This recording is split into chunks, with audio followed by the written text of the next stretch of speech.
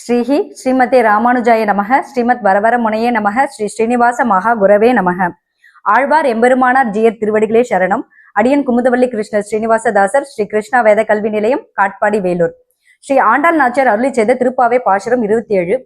கூடாரை வெல்லும் சீர் கோவிந்தா, உந்தன்னை பாடி பறைக்கொண்டு யாம் பெரும் சம்மானம், நாடு புகழும் பரிசினால் நன்றாக, சூடகமே தோல்வளையே தோடே செவிப்பூவே, பாடகமே என்றனைய பல்கலனம் யாமணிவும், ஆடை உடுப்போம் அதன் பின்னே பார்ச்சோறு, மூட நெய்பெய்து முழங்கை வழிவார, கூடியிருந்து குளிர்ந்தேலோர் எம்பாவை. இந்த பாசுரத்திற்கான விளக்கம்.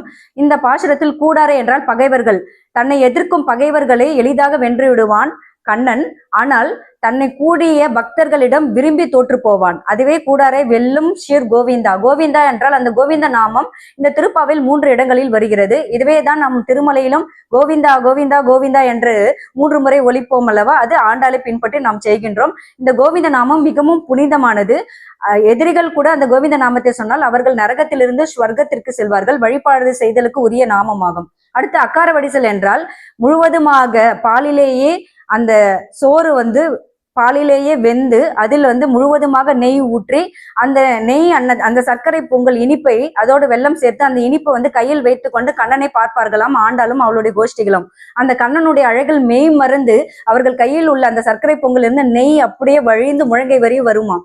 அதுதான் அக்கார வடிசல் என்று குறிப்பு ஆண்டாள் இந்த பாசுரத்தில் சொல்லியிருக்கிறார். எனவே இந்த பாசுரத்திற்கு சர்க்கரை பாட்டு என்று இன்னொரு பெயரும் உண்டு. அடுத்து வரும் தை பொங்கல் வைப்பார்கள் அல்வா, அதை உணர்த்தும் பாசுரமும் இதுவே ஆகும். அடுத்து தை வருகிறது மார்கழிக்கு அடுத்து என்று. அடுத்ததாக இதில் ஆண்டாள் என்ன சொல்கிறாள் என்றால், முதலில் கைகளுக்கு வளையல் அணிவிக்க வேண்டும் கண்ணன்.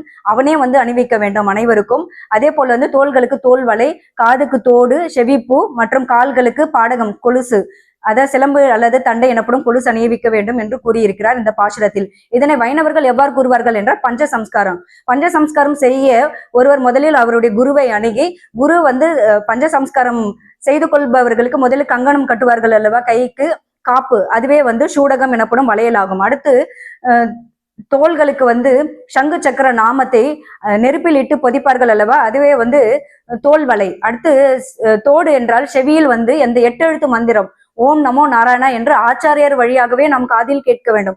அந்த ரகசிய மந்திரத்தை காதில் ஓதுவார்கள் அல்லவா, அதுவே தோடு.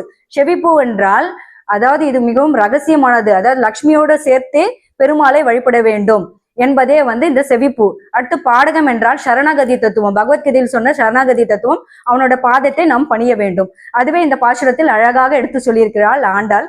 இதுவே பஞ்ச சம்ஸ்காரம் எனப்படும் வைணவர்கள் பின்பற்றும் மரபு. அந்த பகவானுடைய பாதத்தை தான் நாம் திருமண்ணாக நெற்றியில் இடுகிறோம். நன்றி, நமஸ்காரம்.